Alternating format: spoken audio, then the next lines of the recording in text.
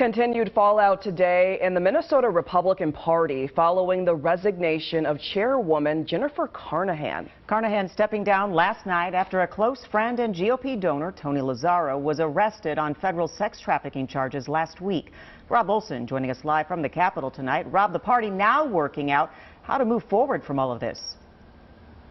Yeah, and working out how quickly they can move forward from all this, too, how quickly they can win back the trust of donors at a time when the party's finances are said to be in rough shape, and at a time when certainly the party is dealing with fractures, both current and past.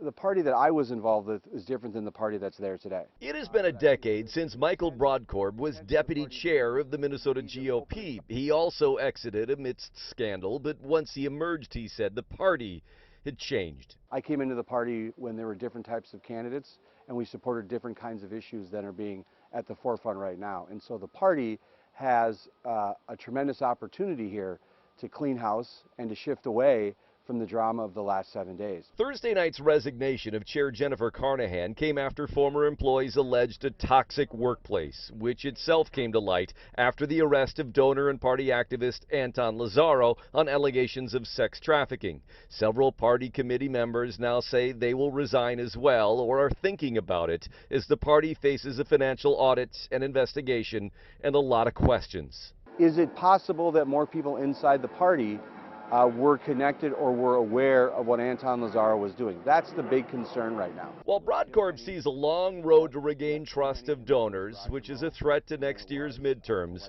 former U.S. Senator Norm Coleman is far more optimistic. I think the party, can now move forward with a clean slate, not look back, look forward. 2022 is going to be a very strong year for Republicans. He tells me the party can quickly capitalize on a change of leadership. I think people are going to be hungry for the kind of leadership the party can offer. They just now have to simply make sure that their act is together so they can take advantage of the opportunity that's in front of them. Brodkorb is far less optimistic. I don't know where it goes, but right now what the party needs is transparency, and they need sunlight to help disinfect this problem.